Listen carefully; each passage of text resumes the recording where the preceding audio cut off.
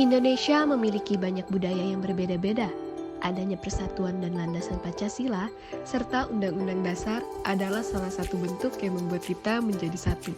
Seperti pada video ini, kami mahasiswa dan mahasiswi dari Fakultas Psikologi Universitas 17 Agustus 1945 Samarinda dan kelompok komunikasi pada mata kuliah Psikologi Lintas Budaya akan membahas sedikit perbedaan komunikasi di Samarinda.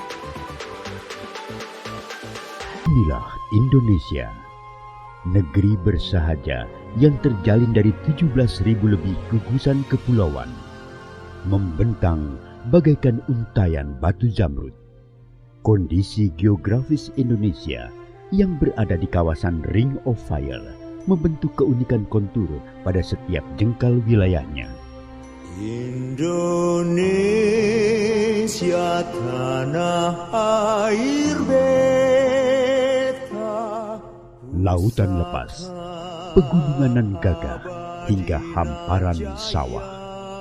Inilah Indonesia, rumah bagi 1.300 suku dan etnis yang menuturkan lebih dari 700 ragam bahasa. Semuanya terbingkai dalam keragaman budaya. Puja bangsa. Pulau Sumatera, pulau paling barat di Indonesia, memegang teguh budaya nenek moyang bangsa Melayu. Pulau Kalimantan menjadi tempat bernaung suku Dayak, suku terbesar di Kalimantan. Tempat berlindung di hari Pulau Jawa sebagai pusat peradaban Nusantara sejak abad ke-9 melahirkan aneka ragam budaya yang menyiratkan luhurnya budaya negeri Pertiwi.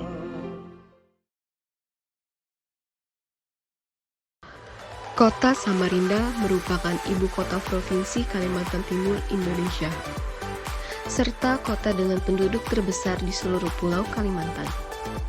Kota Samarinda dibelah oleh Sungai Mahakam dan menjadi gerbang menuju pedalaman Kalimantan Timur melalui jalur sungai, darat, maupun udara. Terdapat banyak orang-orang perantauan dari beberapa pulau yang tujuannya adalah untuk bekerja maupun hanya sekedar mencari pengalaman di sini. Dengan banyaknya orang tersebut serta banyaknya suku yang ada di Samarinda membuat adanya perbedaan bahasa antara suku satu ke suku yang lain. Bahasa daerah atau bahasa regional adalah bahasa yang dituturkan di suatu wilayah dalam sebuah negara berdaulat, yaitu di suatu daerah kecil, negara bagian federal, provinsi, atau teritori yang lebih luas. Komunikasi tidak hanya berlandaskan pada komunikasi yang verbal saja, tetapi ada juga yang non-verbal. Contoh komunikasi non-verbal di berbagai daerah adalah menganggukkan kepala ketika Anda mengatakan iya, atau bisa juga menunjukkan arah dengan jari telunjuk. Komunikasi itu terbagi menjadi verbal dan non-verbal. Verbal yang diucapkan, non-verbal yang tidak diucapkan. Nah, sekarang saya akan membahas satu persatu. Komunikasi verbal, misalnya teman-teman ngobrol secara langsung, maupun melalui chatting, melalui surat. Kalau zaman dulu ya, masih surat-suratan. Sekarang udah agak canggih, pakai email. Nah, itu masuk dalam komunikasi verbal. Tidak terlalu jelimet. Yang menjadi masalah hanyalah perbedaan bahasa saja. Yang menjadi masalah hanyalah perbedaan persepsi saja mengenai satu kata yang boleh jadi dimaknai berbeda antara satu kultur dengan kultur yang lain. Nah, kemudian yang kedua itu komunikasi nonverbal. Ini adalah komunikasi yang hampir seluruh dunia bilang komunikasi yang jelimet karena dipengaruhi oleh reference dan experience. Bukan hanya reference dan experience individu yang sedang bicara atau yang sedang memberikan pesan, tapi reference dan experience orang yang menerima pesan. Karena gini, nonverbal communication itu contohnya saja simbol, gerak tangan, sentuhan, gestur, vokalik, dan kronemik. Seperti yang diketahui, Samarinda sangat banyak beraneka ragam budaya dari suku-suku yang masuk ke sini. Bukan hanya seperti yang kita ketahui, suku asli Samarinda adalah Banjar, Dayak, maupun Kutai. Tetapi ada juga berbagai suku yang berasal dari beberapa wilayah yang jauh, seperti Bugis, Jawa, Sunda, Toraja, Manado, Bima, dan lain-lain. Dengan itu, maka banyak juga perbedaan bahasa yang bisa kita temui di beberapa wilayah Samarinda. Seperti di Samarinda seberang, terkenal dengan yang namanya Kampung Bugis, yang masyarakatnya sangat banyak berbicara maupun sekedar logat dari suku tersebut. Tetapi tidak menutup kemungkinan mereka tetap dapat berbicara dengan orang lain yang bersuku lainnya seperti Banjar. Mengapa demikian? Karena mereka tetap menggunakan bahasa Indonesia serta gerakan gestur tubuh yang mempermudah semua orang dapat mengerti. Maka dari itu, komunikasi nonverbal pun sangat penting untuk mempermudah semua orang memahaminya.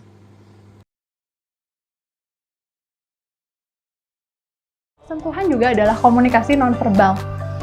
Mungkin teman-teman bingung, sentuhan itu pikirannya tuh sentuhan gitu ya. Jangan salah, sentuhan itu yang begini, ada yang begini, maknanya beda-beda, ya enggak? Nah, kalau misalnya kita menyentuh dengan cara halus, itu pesan yang disampaikan tentu saja ya sejalan lah. Beda halnya ketika kita menyentuh sesuatu dengan cara agak kenceng. It's going to be different maknanya. Ya, kemudian sentuhan juga bukan hanya tangan saja loh. Pundak berdesakan, itu juga sentuhan. Dari ujung kepala sampai ujung kaki, rambut yang terkibas ya, itu juga sentuhan. Dan itu memiliki makna tersendiri.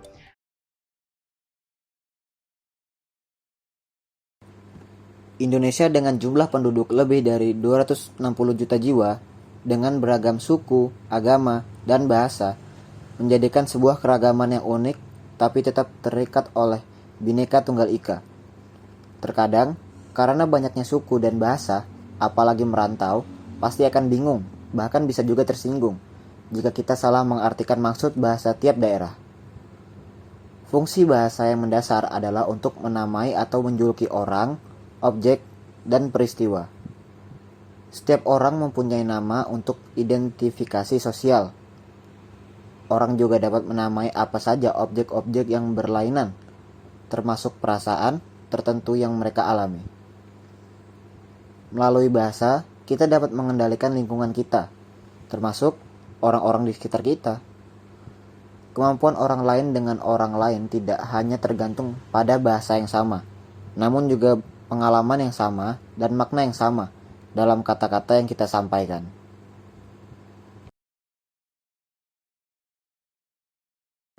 Seperti contohnya, perbedaan dan persamaan bahasa juga dapat membuat banyak kebingungan antara suku Sunda dan Banjar. Dalam suku Sunda, urang itu artinya saya. Tetapi akan beda ketika di suku Banjar. Urang itu artinya orang. Dengan contoh demikian, yang membuat perbedaan bahasa itu menjadi arti yang berbeda-beda di setiap daerah. Maka dari itu, perbedaan bukanlah sebuah halangan untuk terus bisa berkomunikasi antar budaya, karena kita sebagai bangsa Indonesia mempunyai bahasa resmi, yaitu bahasa Indonesia. Karena bahasa nasional atau bahasa Indonesia adalah sebuah identitas negara. Berikut ini merupakan wawancara dari narasumber tentang bagaimana beradaptasi dengan suatu daerah yang memiliki perbedaan dalam cara pandang berkomunikasi dan berbahasa.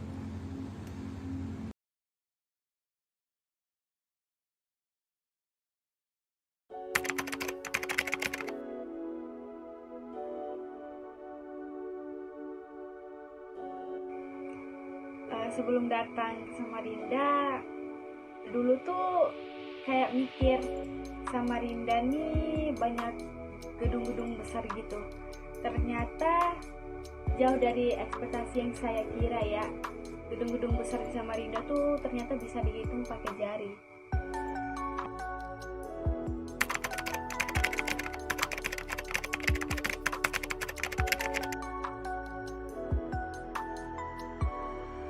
Kalau ditanya kendala pasti ada ya.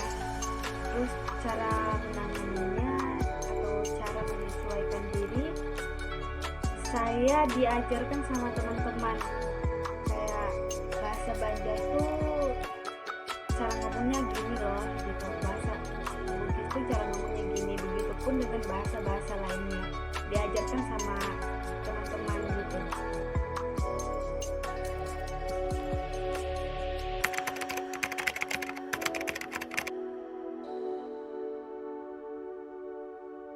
Kalau ditanya kenapa mahir berbahasa Banjar, sebenarnya faktor utamanya ya karena lingkungan ini. Di sekitar rumah saya, mayoritas orang-orangnya kayak banyak orang-orang Banjar. Dan juga ya iya karena pengucapannya mudah juga.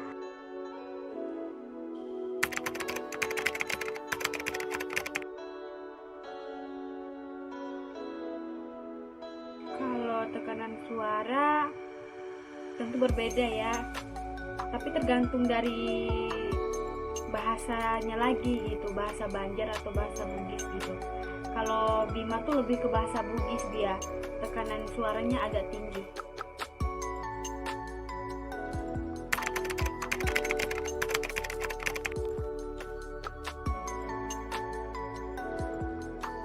Kalau masalah kesulitan di sekitar rumah pada tempat tinggal, nggak terlalu susah banget sih ya, soalnya orang sini rata-rata Banjar, jadi sampai sekarang juga saya lebih mahir bahasa Banjar daripada bahasa-bahasa lainnya.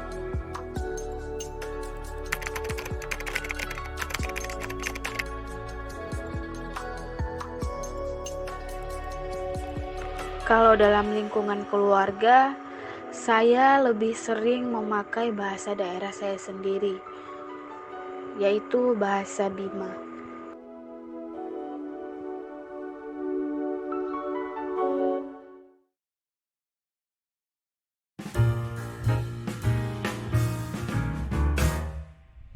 Belajar PKN dari SD bikin kita tahu kalau jumlah suku bangsa di Indonesia bukan cuma puluhan atau ratusan, tapi bahkan sampai ribuan. Banyak banget. Mungkin teman main kita, tenaga kita, atau guru-guru kita datang dari suku yang berbeda. Kebiasaannya beda, bahasanya beda, dan ada aja perbedaan lain yang sebetulnya bikin budaya kita makin kaya, meski kadang jadi bibit kesalahpahaman. Dan kalau udah salah paham, malah bisa jadi bibit pertikaian. Tapi sekarang coba kita bayangin, apa jadinya negara kita kalau cuma ada satu suku di Indonesia? Kalau itu kejadian, tentu aja kebiasaan masyarakat jadi sama, bahasanya sama, dan bisa jadi udah gak ada lagi alasan untuk kita berantem. Singkatnya, mungkin keadaan tadi bisa bikin negara kita jadi lebih tentram. Tapi itu baru berandai-andai, karena nyatanya gak ada negara yang cuma punya satu suku. Kalaupun ada yang mendekati, itu adalah negara ini, yang hampir semua penduduknya dari suku yang sama. Terus, sekarang pertanyaannya, apakah mereka tentram-tentram aja? Sepertinya kelihatannya kayak gitu. Tapi tunggu dulu, sebenarnya ketentraman negara dengan cuma satu suku itu bukan jaminan pasti, dan masih sering diributin karena para peneliti juga nggak yakin. Karena negara kayak gitu justru ada kemungkinan buat jadi lebih tertutup sama orang asing dan bikin negara itu jadi lebih antisosial. Dan sebenarnya ada aja negara-negara yang penduduknya beragam tapi juga bisa tentram dan damai. Nggak perlu nyari jauh-jauh, kita bisa tinggal nengok ke tetangga kita satu ini, yang ngakuin banyak agama dan di saat yang bersamaan bisa hidup damai berdampingan. Ngomongin soal satu suku, dunia punya pengalaman pahit gara-gara orang pengen lumpas keberagaman di suatu tempat. Ada orang ini yang pengen bikin sukunya superior sendiri dan ngehasut seisi negara buat numpas kelompok tertentu. Dan itu gak cuma sekali kejadian, banyak kelompok lainnya di dunia yang berusaha ngilangin kelompok suku lainnya. Dan semuanya sama, semua disulut sama bensin bernama cerita-cerita kebencian yang disebarkan ke banyak orang. Kalau udah gitu, lewat satu api kecil aja semua bakal terbakar. Dan pastinya itu gak boleh terjadi lagi. Sekarang, ayo kita lihat ke negara kita sendiri. Rasanya mustahil dibikin jadi satu suku karena dari ribuan suku yang ada, lahir ratusan adat dan budaya yang ngebentuk Indonesia.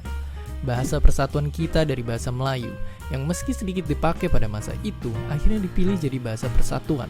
semboyan Bhinneka Tunggal Ika diambil dari bahasa Jawa kuno. Tapi nggak usah jauh-jauh, kita pun bisa ke kondangan pakai kain dari Makassar, makan pempek Palembang sambil dengerin lagu campur saring, bikin air mata bercucuran karena inget mantan. Jadi lewat video ini kita makin sadar kalau keberagaman mesti kita syukuri. Kini tugas kita buat saling memahami dan bekerja sama dalam satu cerita yang sama, Indonesia. Sebuah negara yang punya ribuan beragam suku dan budayanya, tapi tetap satu juga. Dan seperti biasa, terima kasih. Indonesia yang terdiri dari berbagai pulau tentu saja memiliki beraneka ragam corak budaya dan tidak ada batasan untuk memahami tentang budaya dan bahasa yang dimiliki setiap daerah. Tidak ada batasan komunikasi. Dengan kata lain, ketika membahas budaya dan komunikasi, sulit untuk memutuskan mana yang menjadi suara dan mana yang menjadi gema. Alasannya adalah karena Anda mempelajari budaya Anda melalui komunikasi, dan pada saat yang sama, komunikasi merupakan refleksi budaya Anda. Ketika seseorang berusaha berkomunikasi dengan orang-orang yang berbeda budaya dan menyesuaikan perbedaan-perbedaannya, membuktikan bahwa budaya itu dipelajari.